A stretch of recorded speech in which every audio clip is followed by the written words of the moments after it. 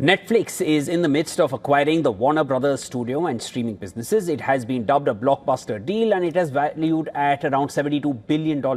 However, the merger could upend the way global entertainment scenario functions. First announced in December, the proposed takeover is being billed as one of the largest transactions in industry history. But not everyone is applauding. Acclaimed filmmaker James Cameron has now voiced strong concerns here, issuing a sharply worded letter criticizing the deal.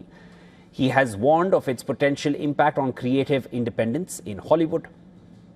The renowned filmmaker wrote to Mike Lee just last week, who chairs the Senate Subcommittee on Antitrust, outlining his concerns about the proposed merger. In his letter, James Cameron warned that it could trigger widespread consequences, including theatre closures, fewer productions, and significant job losses. He also argued that a merger between Netflix and Warner Brothers could weaken the global export strength of Hollywood films.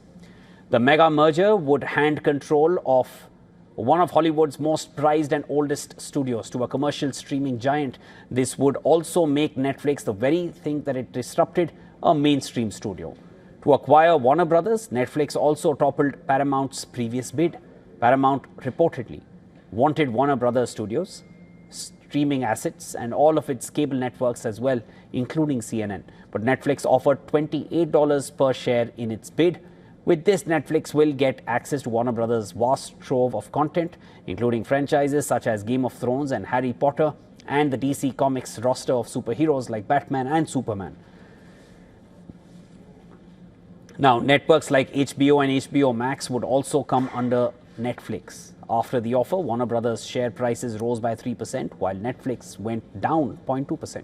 However, after the backlash, Warner Brothers has now announced it will reopen talks with Paramount. It has taken a 7-day waiver from Netflix to discover the competing offer, though it continues to back the deal it had struck with Netflix.